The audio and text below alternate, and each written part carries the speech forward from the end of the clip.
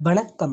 அருமையான தேவ பிள்ளைகளே, இன்றைய நாளில் பரிசுத்த வேதாகமத்திலிருந்து நான் உங்களோடு ஒரு வார்த்தையை பற்றி பகிர்ந்து கொள்ள விரும்புகிறேன்.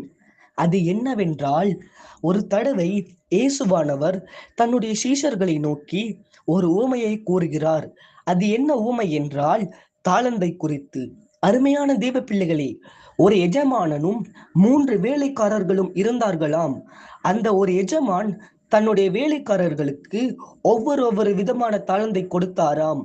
ஒரு வேலைக்காரனுக்கு 2 தாளந்தும், இன்னொரு வேலைக்காரனுக்கு 5 தாளந்தையும், இன்னொரு வேலைக்காரனுக்கு 1 தாளந்தையும் கொடுத்தாராம். ஆனால் அந்த 1 தாளந்து உள்ளவனோ அதை புதைத்து வைத்திருந்து தன்னுடைய எஜமானனுக்கே திரும்ப தந்தானாம். அருமையான தேவ பிள்ளைகளே, ஆனால் அந்த 2ம் 5ம் தாளந்துள்ளவர்களோ தன்னுடைய எஜமானனுக்கு இரட்டிப்பாக தந்தார்களாம்.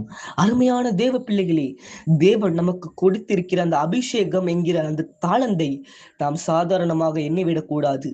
அதை நாம் மற்றவர்களுக்கும் கொடுப்பதற்கு நாம் தகுதி உள்ளவர்களாக இருக்க வேண்டும்.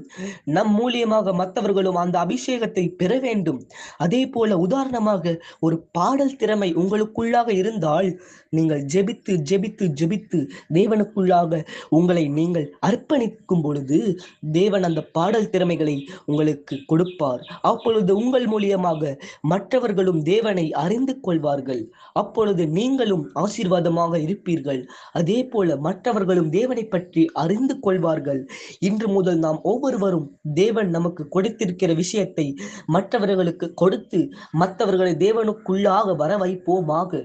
நாம் வெறுமையாக அவரிடத்தில் செல்லாதபடிக்கு நிறைய ஆத்துமாக்களோடு அவரிடம் செல்வோமாக. ஜெபம் செய்வோமாக. அன்பான தேவனே, இந்த நாளுக்காக ஸ்தோத்திரம். இதோ 2 தாளந்துள்ளவன், 5 தாளந்துள்ளவன் இதோ தன்னுடைய எஜமானனுக்கு இரட்டிப்பாக அந்த தாளந்துகளை கொடுத்தான். ஆனால் 1 தாளந்து உள்ளவனோ அதை புதைத்து வைத்திருந்து கொடுத்தான். அருமையான தேவனே, எமக்கு நீர் கொடுத்திருக்கிற தாளந்தை நாங்கள் சாதாரணமாக எண்ணிவிடக் கூடாது. அந்த தாளந்து என்கிற அந்த அபிஷேகத்தை மற்றவர்களுக்கும் நான் தர வேண்டும். நீரே எமக்குள்ளாக இருக்க வேண்டும். உம்முடைய நாமம் ஒன்றே எங்கள் மூலியமாக மகிமைப்பட வேண்டும்.